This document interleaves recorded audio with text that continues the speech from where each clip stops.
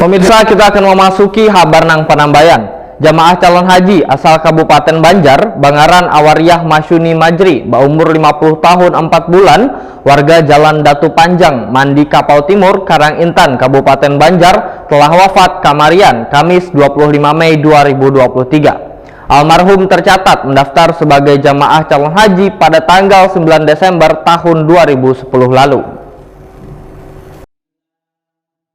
Jamaah calon haji asal Kabupaten Banjar, Bangaran Awariah Masyuni Majri, berumur 50 tahun 4 bulan, warga Jalan Datu Panjang, Mandi Kapau Timur, Karangintan, Kabupaten Banjar, telah wafat kamarian Kamis 25 Mei 2023. Demikian berita duka yang dihabarkan Humas Kemenak Banjar. Almarhum Awariah merupakan salah seorang jamaah calon haji Kalimantan Selatan yang akan diberangkatkan pada pemberangkatan perdana yang tergabung dalam kloter 1 pada 29 Mei 2023. Almarhum tercatat mendaftar sebagai jamaah calon haji pada tanggal 9 Desember tahun 2010 lalu. Kepala Kanwil Kemenak Kalimantan Selatan Muhammad Tamrin menyatakan turut berduka cita wan berharap keluarga yang ditinggalkan diberikan ketabahan wan kesabaran. Menurut Muhammad Tamrin, kasus meninggalnya jamaah calon haji menjelang keberangkatan sudah sering terjadi, bahkan ada yang sudah sampai di embarkasi. Muhammad Tamrin pun meminta sabaratan jamaah calon haji senantiasa menjaga kondisi kesehatannya dengan baik wan berdoa kepada Allah Subhanahu wa taala agar diberikan kesehatan wan keselamatan